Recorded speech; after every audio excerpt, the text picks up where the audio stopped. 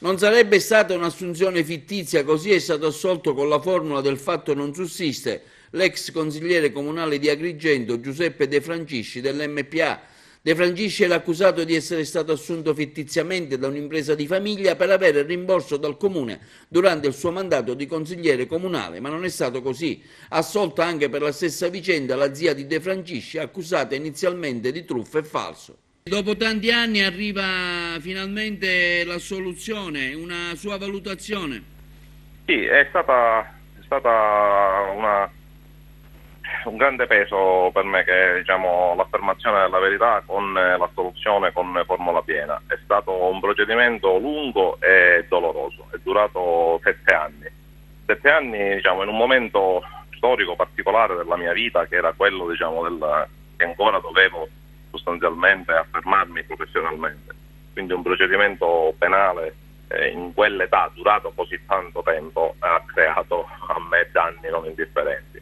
Però io sono sempre stato fiducioso della magistratura giudicante, permettetemi di dire un po' meno in quella inquirente, in quanto dopo ben 2 misure cautelari di tipo reale rigettate, hanno insistito nel mandarmi a giudizio e poi sostanzialmente alla fine dall'istruzione probatoria hanno chiesto loro stessi l'assoluzione.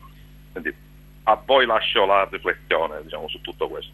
L'assunzione è arrivata anche per sua zia?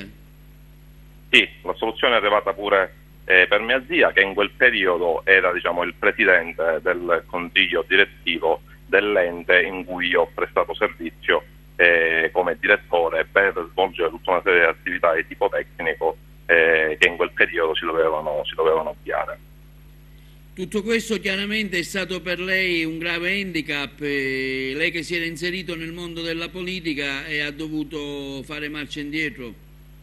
Beh, certo, è stato diciamo, un handicap non solo dal punto di vista diciamo, politico che sostanzialmente mi ha costretto, perché questo è stato un procedimento che come ricorderà direttore è nato e lo ha diciamo, specificato anche in sede poi di richiesta di assoluzione la stessa Procura della Repubblica.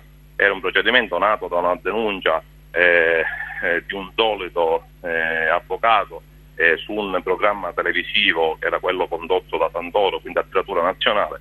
Quindi sostanzialmente ha indotto questa denuncia mediatica a livello nazionale, ha indotto la Procura a volerci vedere chiaro. Purtroppo questo vederci chiaro è durato 7 anni, perché tutto nacque nel 2011.